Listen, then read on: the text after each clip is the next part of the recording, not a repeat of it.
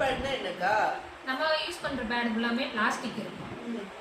நம்ம அது பிளாஸ்டிக் இருக்குனாடி நமக்கு என்னென்ன பெண்களுக்கு வந்து அந்த யூரின்ல பிரச்சனை வருது, அரிப்பு இருக்கு, நீர் கட்டி வருது, கேன்சர் வருது.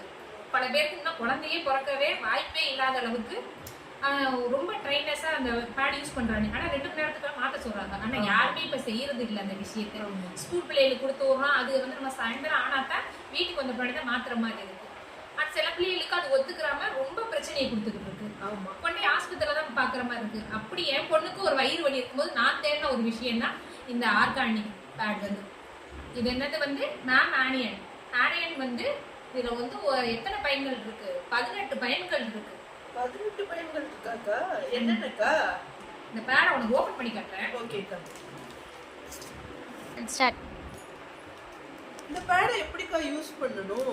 இத எப்படி கேரி பண்ணிட்டு போக முடியும் நம்ம? இது வந்து ஹேண்ட் பேக்ல கூட நம்ம சிம்பிளா வச்சுக்கலாம்.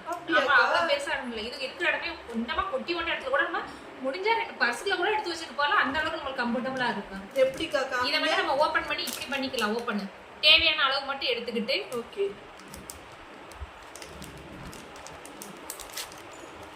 இந்தாங்க.